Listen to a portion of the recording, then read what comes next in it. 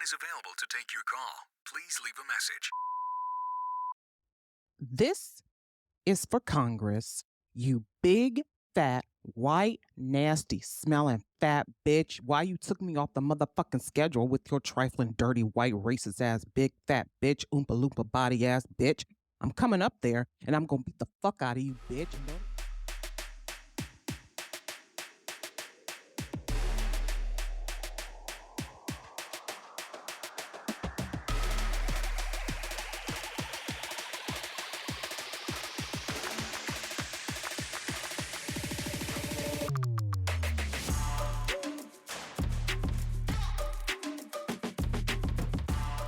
Hey there, Aulians. Welcome to a special episode of Ayana Explains It All, a very unplanned episode.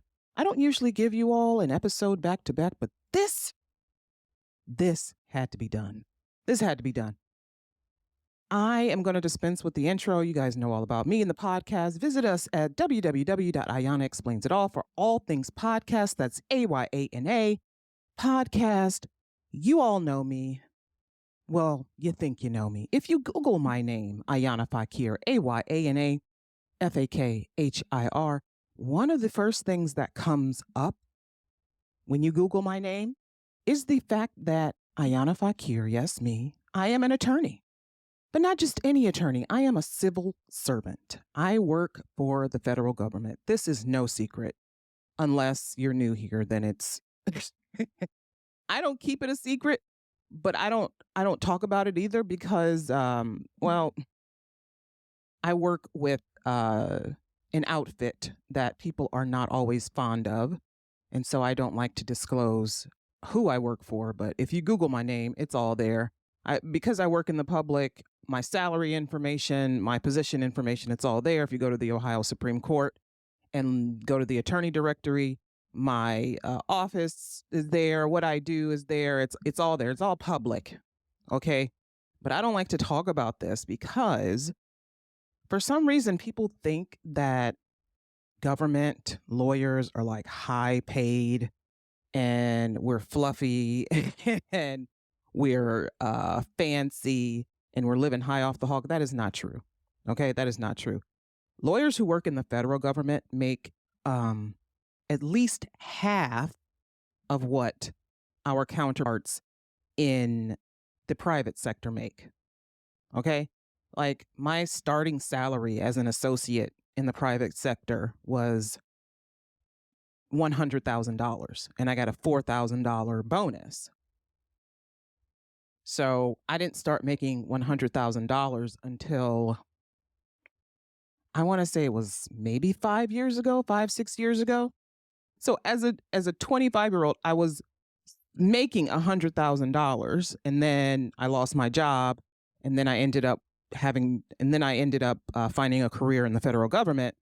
And it took me years to get to the point where I would make the salary that I started with in the private sector. So why don't you work in the private sector, Ayana? Because being a single mother, 2 wonderful kids, working in the public sector, number one, I enjoy serving the public. That has always been my dream. It was never my dream to work in corporate America. It was never my dream. And obviously, God agreed.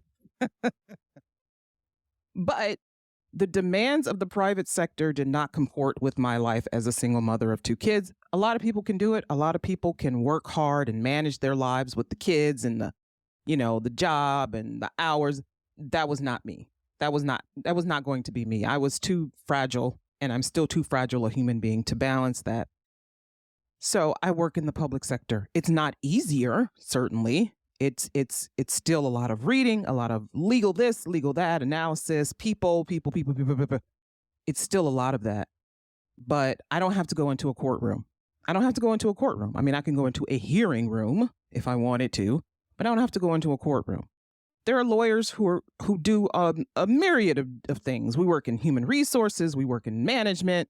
We work in, we're supervisors. We're, you don't even have to use your law degree. Well, you use your law degree, but you don't have to practice law if you don't want to. You can have your license and just be that guy. You could go be a history teacher. You could be You could go work in business, go get your MBA, go get a PhD in something else. You could do whatever you want. Even if I did not have a job in the federal government, I would still be a lawyer. But again, my dream, I want to work with people. And here I am working with people, getting shanked by the people who I elected, you elected, we elected to Congress. Now, the one thing I did not understand about federal service before I became a federal employee is that at any time before the beginning of the fiscal year, Congress and the president have to pass a budget. Got to pass a budget. Got to pass a budget before the next year comes, right? September 30th is the end of a fiscal year. October 1st begins a new fiscal year. Great. When I was in college, I think, it was either when I was in college or I was in law school. It was when I was in college. Man, maybe high school. Anyway, my brain. But that was the first time I had ever heard of what I'm going to be talking about now, government shutdown. Newt Gingrich was the speaker. Newt Gingrich was the Speaker of the House. Bill Clinton was the president. Republican-controlled Congress and Bill Clinton, and the Democrats couldn't come up with a budget. And so the government shut down. And I just remember seeing Newt Gingrich's disgusting face on TV, laughing and grinning and thinking this is funny. And I'm like, wait a minute, if the government is shut down, who's running the country? Who's running it? And it wasn't until later that I found out that these people still have to work. They still get paid because they're elected officials. Their salary is set. But people who are not elected officials do not get paid, and they may still have to work. Just as my boss informed me today, hey, your accepted service, because of the agency you work in, because of the job that you do, you still have to bring your ass to work. You still have to show up and do your job with the same fervor that you would if you were getting paid. That's right. I have to work on Monday, even if the government is shut down, and I will not be paid. I mean, I might be paid later, maybe. But as far as today, I'm recording this on Friday, September the 29th at 6:56 p.m. And as of right now, there is no budget. There's no agreement on a budget. There's not even an agreement on a continuing resolution, which is usually what Congress will pass and the president will sign to keep the government open and running until they come up with a budget. Well, there is not anything now, and we have 24 hours. We have a little over 24 hours left until the government shuts down. Now, what does this mean? Well, it means a lot of things. It means a lot of things, but one of the things it means is that some things in the government will be open and some will be closed. But even if the thing is open that you're seeking service from, those people are not getting paid. The TSA agents are not going to get paid. The people who do what I do are not getting paid. The people who work in the Department of Justice, they still have to work. They're not getting paid. There will be people who will be asked not to come into work because they're not accepted service, but they still need the money. And I have seen these stories already on the news. They make us every year when this is an issue, and it's been an issue. There's a history of government shutdowns, actually, that I'll get into in a minute. But there's always put this person on TV and let them tell their story about how not having a paycheck will impact them. And I hate that we have to do that. I hate that we have to get on TV and cry. We have to show our tears. We have to beg. We have to beg these elected officials to do their fucking job. These people are in Congress, they're in the Senate, and they're using these positions to make a career. They are trying to make a career off the backs of Americans. We elected these people, and this is what they're doing. They're grandstanding, they're showboating, they're using the office to basically make a name for themselves. There's no reason why the government should be shut down. The government of the United States of America should be shut. There's no reason. There's no reason that one of the most powerful nations in the world cannot pass a budget that would keep its doors open and its employees making money to feed their families. We're not making money to, buy yachts and shit. No, I don't know any federal government employee who owns a yacht. I don't know anyone who lives in a mansion. I tell you who does live in a mansion. Those fuckers in Congress. Well, they're making millions of dollars. They still get paid. They still get paid. And I'm sitting over here crying because I'm a broke bitch. If you guys heard me at the beginning of the show, that this is for Rachel letter to the federal government, I meant every word of it. I mean, I'm not going to come up there. I'm not stupid. I'm not like those January 6 motherfuckers who are now all facing prison terms. I'm not like them. I mean, don't come knocking on my door, FBI, please, please. I didn't mean it. I'm just a poor federal employee. Help, help, help. But no, I'm pissed.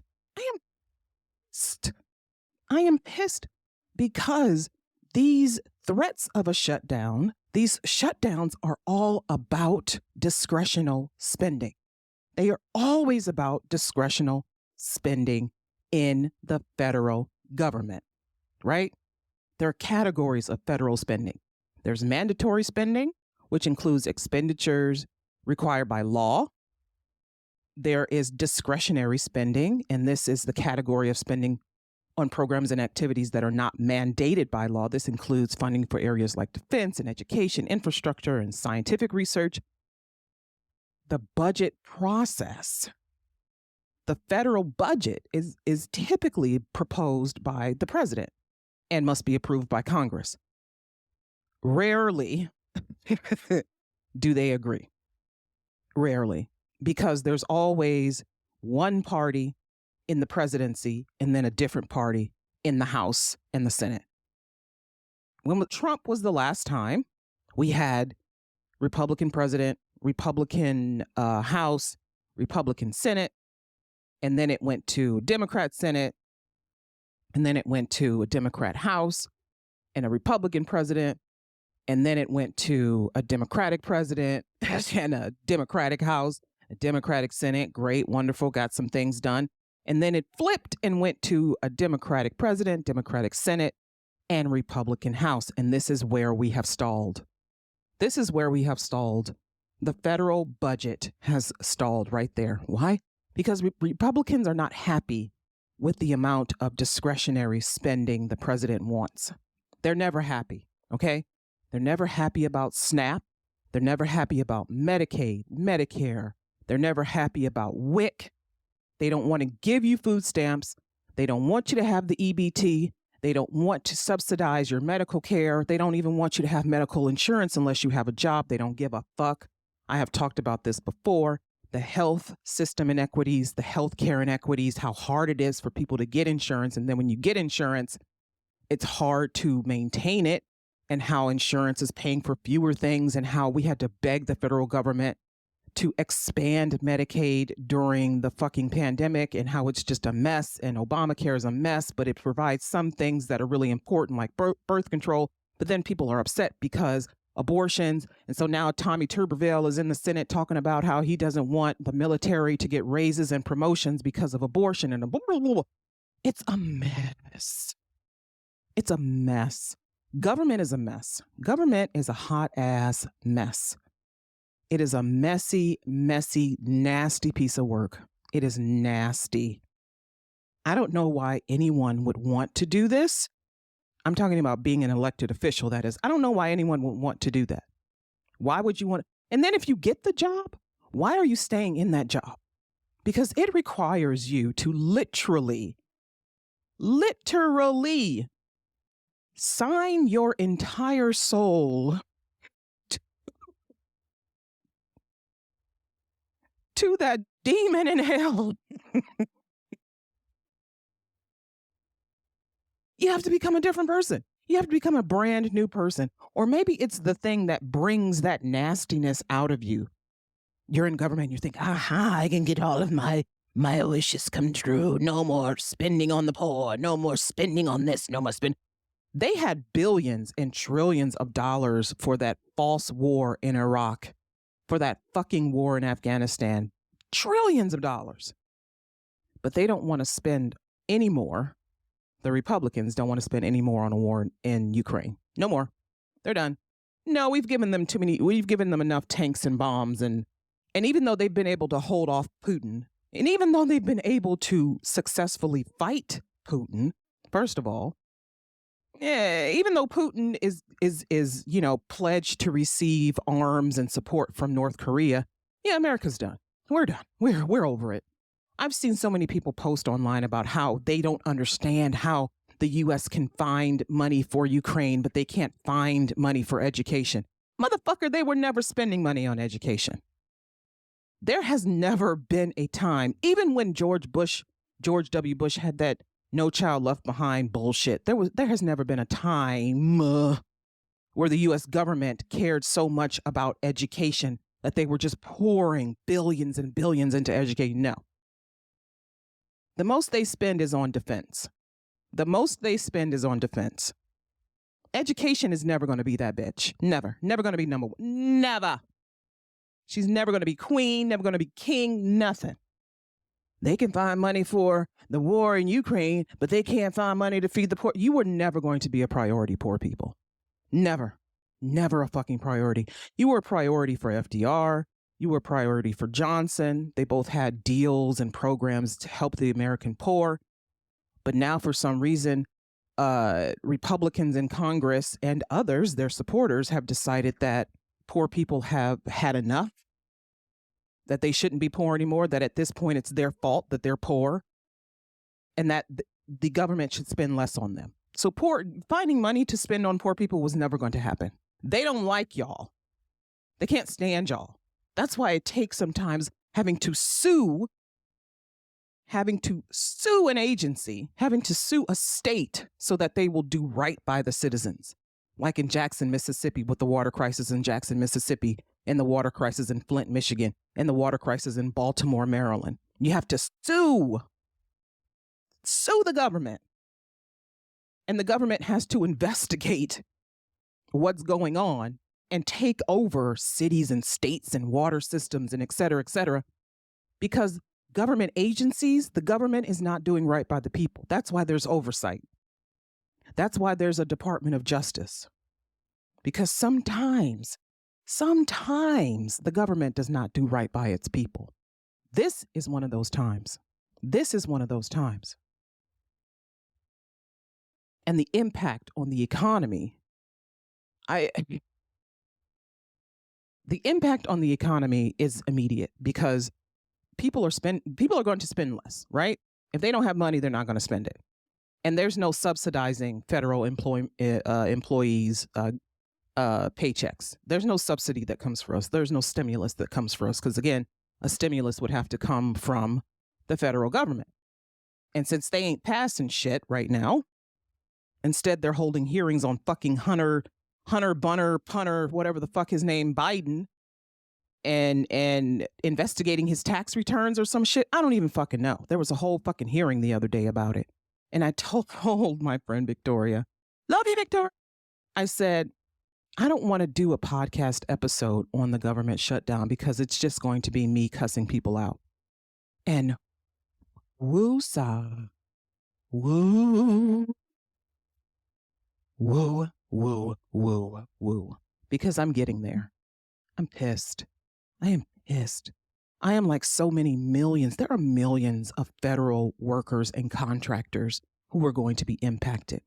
The economy will be directly impacted because if we're not spending money, that's millions of people who are not spending money. We're going to be holding on to our money. We're going to be saving.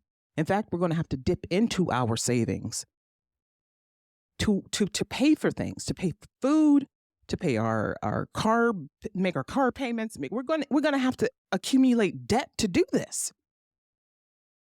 When there was a government shutdown under Obama, September of 2013, that lasted for 16 days. I couldn't pay my mortgage. And so I called my mortgage company and I said, this is what's going on. I work for the federal government. I'm not being paid. I was able to receive unemployment, which I had to pay back.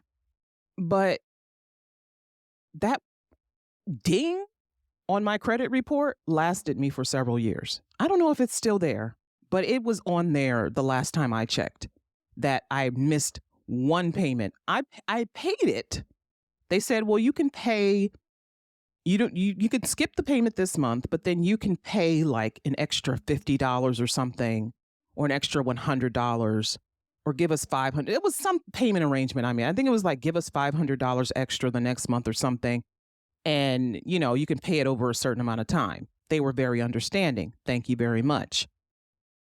But that affected me. You have a late payment. I mean, you miss a payment, not a late payment, but you miss a payment, like you're 30 days late on a mortgage payment. That's pretty fucking important. And that goes on your credit report, and that negatively impacts your credit. And creditors, they don't give a fuck that you work for the federal government and it was shut down. Nobody cares. You call your credit card company and tell them that. You call your car loan people and tell them that. They don't give a fuck. Well, that's not their problem. That's your problem. And that's basically how we're treated when there's a shutdown and we don't get paid, even though some of us still have to go to work. That's how we're treated. And what people don't understand is that this is not just our problem. It's everyone's problem. It becomes everyone's problem because there are services that will not be available when the government is shut down. Even if I have to go to work and I have to work on cases and help with decisions and et cetera, there are people who will not be able to receive. I don't even want to say what they won't be able to see because then you'll know where I work.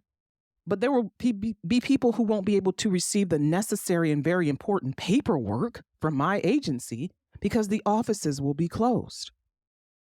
We'll still be, we're in the back working, but we're not open for business.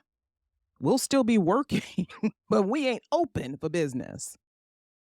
There are people who are planning trips to our nation's capital. None of that shit is going to be open. The shops, the parks, the museums, those people aren't getting paid. Those are not accepted services. Those aren't seen as important. That shit is not going to be open. You want to go camping in one of the national parks? Good fucking luck. Shit's not going to be open. And you'll have to check on that.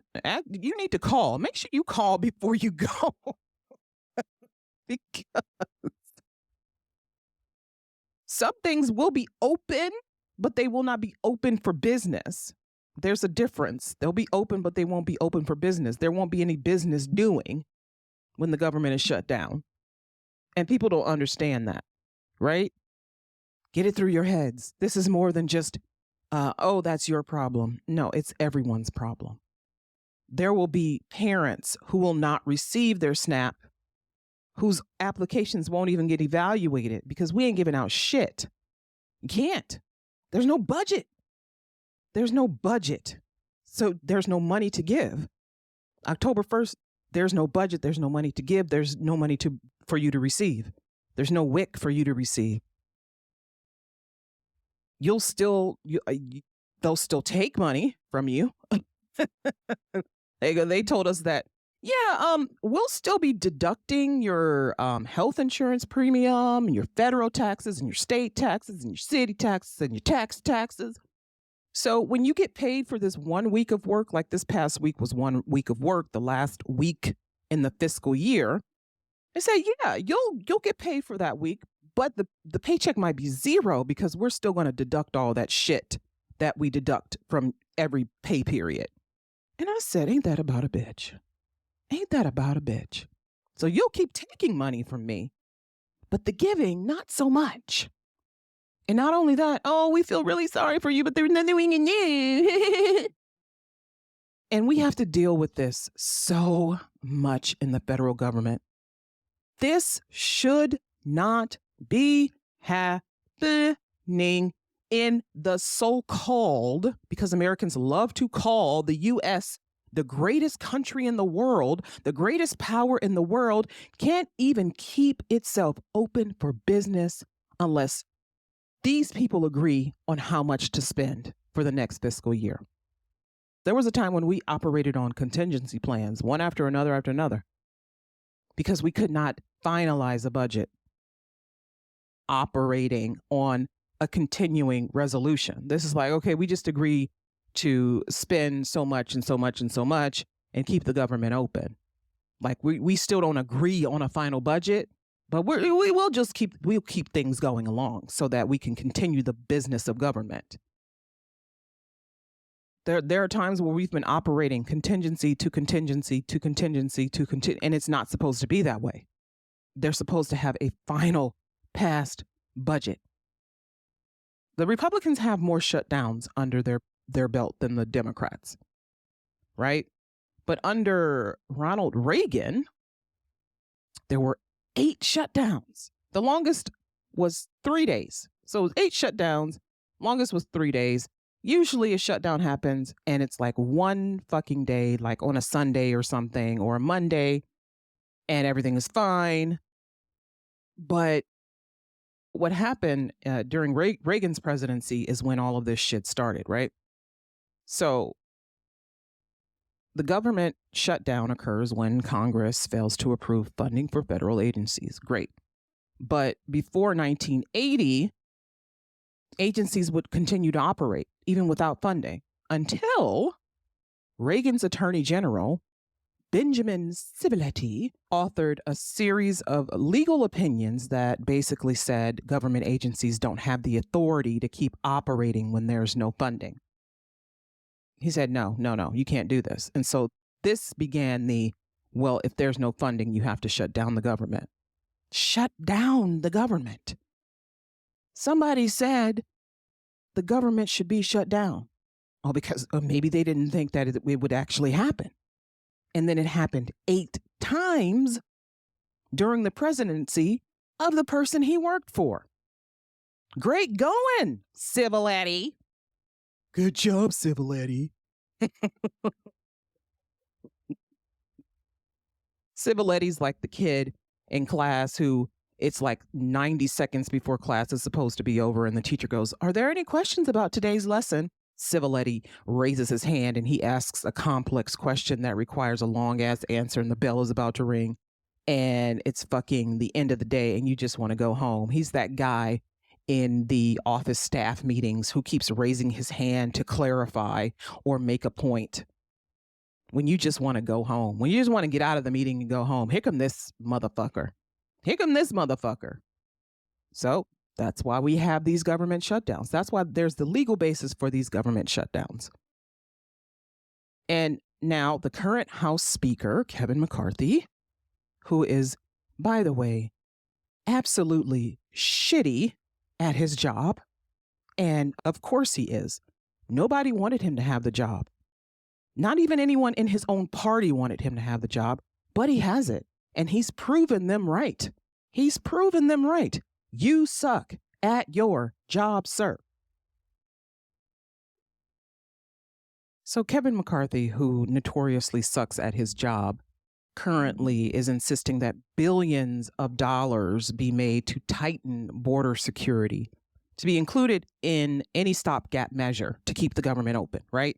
So if there's continuing resolution passed, there has to be billions of dollars to tighten border security because he promised his fellow Republicans that we would put more money to tighten border security. Whatever the fuck that means. You would have to have like the entire U.S. military at the border. Number one, people seeking asylum have a right to come into the U.S. to seek asylum. Okay? They're still doing it. Using that fucking stupid ass app.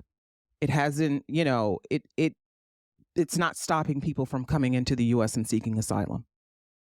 There are people who are captured at the border who are not returned. That's not going to stop. There are people who are finding ways into the U.S. despite border fences and putting shit out into the Gulf of Mexico. And despite putting shit out into the Gulf of Mexico, Governor Abbott, there are people finding a way because there's nothing stronger than a person's will to survive. And a lot of people believe that coming to the U.S. means they will survive. They'll survive hunger. they'll survive joblessness, they will have a stable life, they will have stable housing and employment. That's what they believe. Someone has convinced them that coming to the US is the only way. Maybe they've seen it in TV, maybe they've heard it on the news, maybe they've heard it, seen it on billboards or online, but they believe truly in that American dream. And then if they come to the US, they're going to be safe, mostly safe. There's a sense of relief people feel when they come here. They feel that sudden safety, and then reality sets in probably about an hour later. And they realize, no, it's not exactly how they thought it was going to be. They're sleeping on the streets of New York City. They're in a motel where people are protesting their presence outside. Even if you come here seeking asylum, people will still want to give you the boot, kick you the fuck out. You're from Haiti, you're from Somalia, you're from anywhere in the world and you're seeking asylum. People still don't care. They don't like you. They don't want you here. You know my opinion on immigration.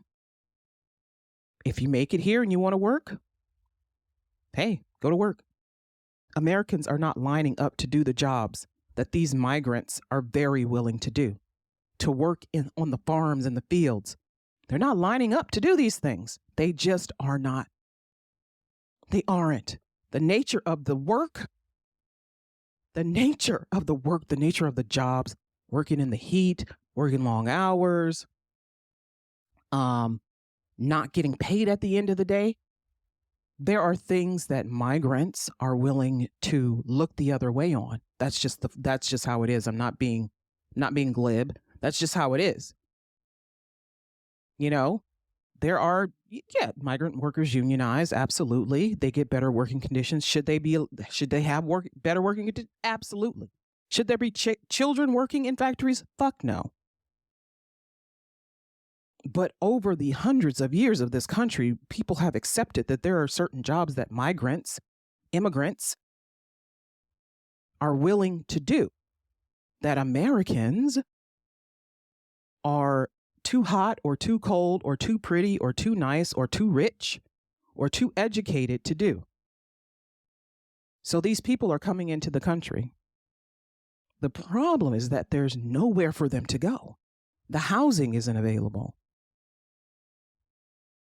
But it could be made available, but we don't want to do that. We don't want to give to people coming into the US to work or asylum seeking. We don't want to give them a fucking thing. We don't want to give them anything. We want them here. We want this unspoken working class, this unskilled working class. And by unskilled, okay, I work with labor and numbers. Unskilled means it takes 30 days or less to do the job. It doesn't mean no skill. Unskilled means it just takes 30 days or less to learn how to do the job. Doesn't mean that no skills are required, right? But there is that class, that shadow workforce that I've talked about before, that we need here in the United States. We need it.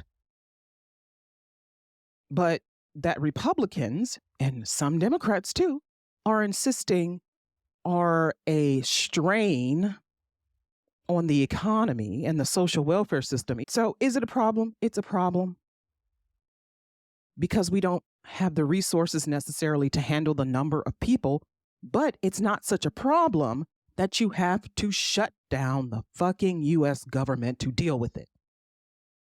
There is nothing that is going to resolve this. Decades and decades and decades of trying to reform the immigration system have resulted in more problems and more people still immigrating to the United States. Immigration has not slowed down. Asylum has not slowed down. People still want to be here because they feel safest here, or maybe they have family here and they want to join their family. Whatever their reason is, it's not stopping. You're not going to stop it by putting more barbed wire. I saw a video today where,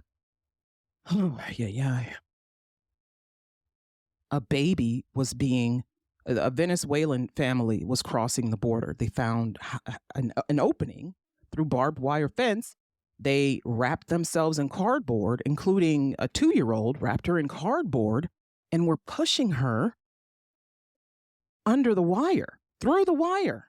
And she's crying because she's getting cut by the wire and it's uncomfortable, but they're pushing her through and they're getting through. The will to survive is the strongest force you will know. People will fucking risk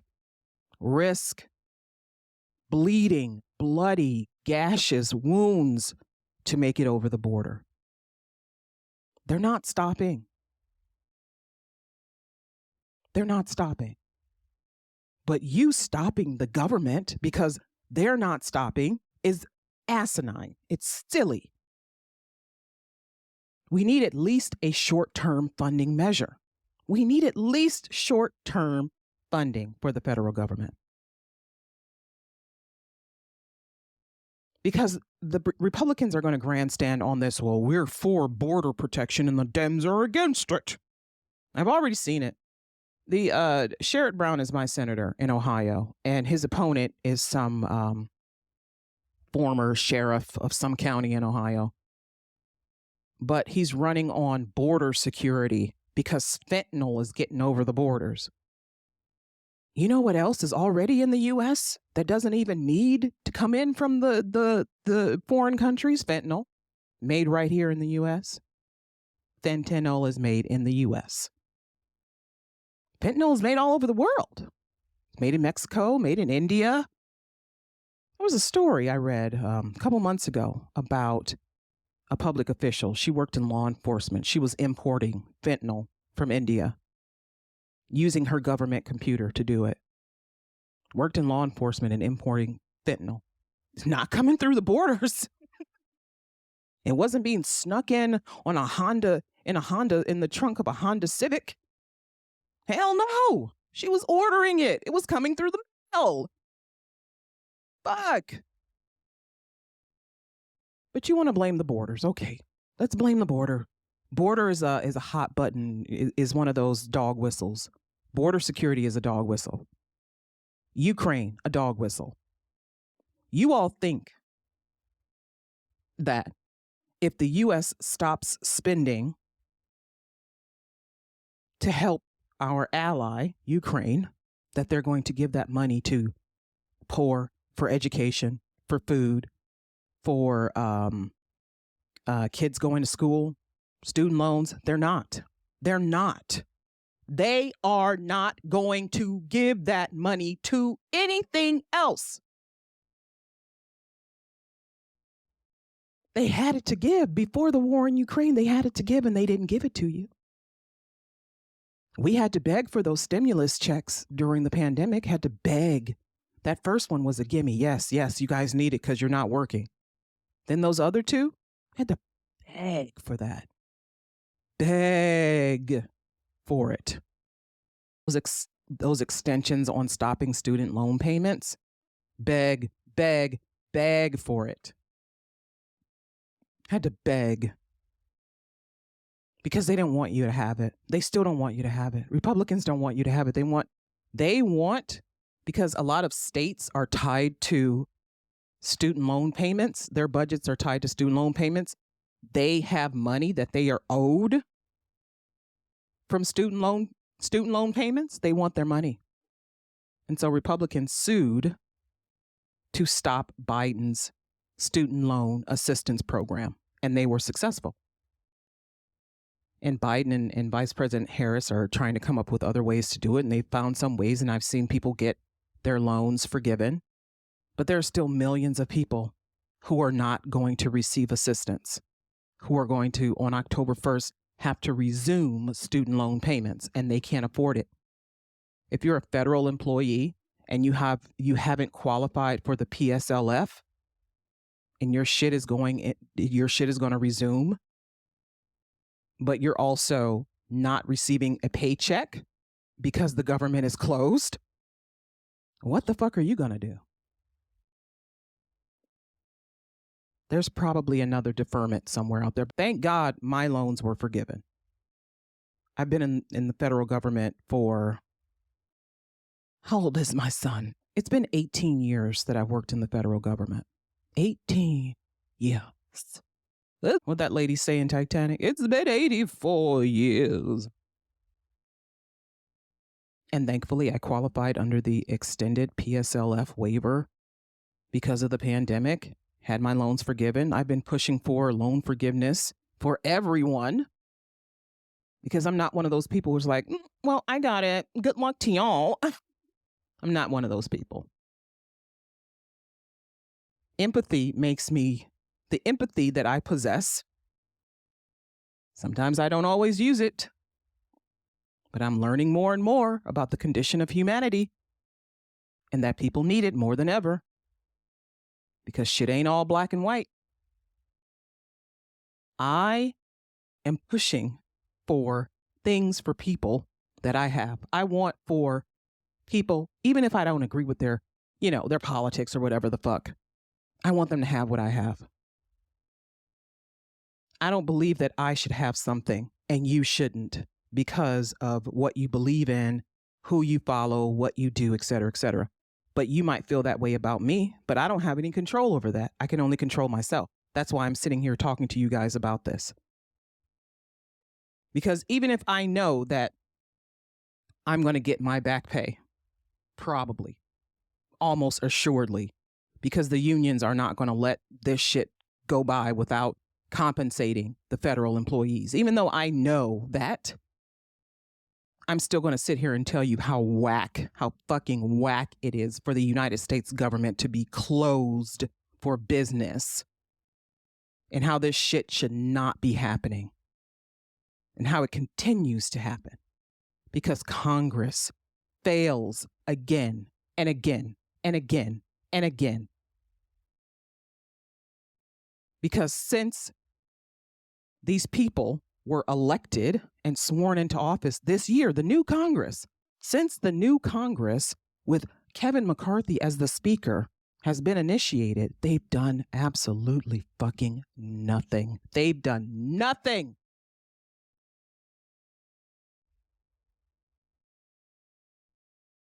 The Do Nothing Congress is back. The Do Nothing Congress is back. For another run on Broadway. They think that shutting down the government is a way to get something done. We'll just shut it all down. Turn the lights off. We're going to go home. We'll shut it all. We don't give a fuck. They think the way to get their way is to cut people off at the knees. It's to cut them off at the neck, cut off their pay. Well, it's the president's fault that federal workers aren't getting their money. How? When it's your job to actually pass the fucking budget that the president will sign. Don't just blame the president. No. He's one person. You're hundreds of motherfuckers. Hundreds. There are hundreds of you people. And maybe that's the problem. Too many of y'all. Too many of you. Everybody gets to have a representative. Woo! Okay, so what the fuck are you going to do for me? What are you doing? What are you doing for me? And I'm not talking about the buzzwords and dog whistles. No. Because I know how government works. I actually know how government works. And I know what government does. And I know what they're capable of doing. I actually know these things. So I know that there are things you can do and things you can't do. And then there are things that you don't fucking want to do. Because I also know people. I also know self-interested people. I also know how people are self-satisfied. They're so into them and their career and their, they want to rise higher and they want to make more money. So all they care about is what the fuck they can do for themselves. And by any means necessary, if that means shutting down the government, hey, good luck. It's embarrassing. This is embarrassing. I'm embarrassed for the United States government. I am embarrassed for my employer. I work in the executive branch. I'm embarrassed. I'm embarrassed. This is one of those times when I am fully embarrassed to be where I am, to live where I live. Because how the fuck are you letting your government shut down? because you can't get your special project approved. And then they'll say, oh, well, border protection, it's for everyone, it's to protect the country. I am not under any threat. My family is not under any threat from what we currently have. The border protection we currently have, could it be tightened? Absolutely, but I don't think you should shut down the federal government to get that. What have you been doing this entire fucking 9 months that in a couple of days you're scrambling to get what you want into the spending bill? What have you been doing this whole time? You had August, you had July, June, May, April, March, February, and you had a little piece of January. What have you been doing this whole time? What have you been doing that now we are in the quote unquote 11th hour when your backs are up against the wall and suddenly you have to perform and you can't perform? Millions of people are about to have their lights cut off. Millions of people are about to have their food benefits cut. Millions of people are about to be without pay. I had to explain the government shutdown to my 15-year-old. She didn't understand. What does this mean, Mommy? What you're not going to have money? Yeah, that's what it means. That's what it means. Oh, well, Ayana, you should have been saving. I shouldn't have to save to pay myself because my employer who is supposed to pay me for the work that I do can't pay me. I'm always having to dip into my savings. Dip into your savings. How about you dip into some work and get a budget passed? How about that? How about you dip into some sense? How about you dip into some fucking sense? Get the budget passed. Avert a crisis. Avert a government shutdown. America deserves better than this. America deserves better. And this has been Ayana Explains It All, brought to you by facts, figures, and enlightenment. Take care. If you're satisfied with this message, press 1, if not, press 2.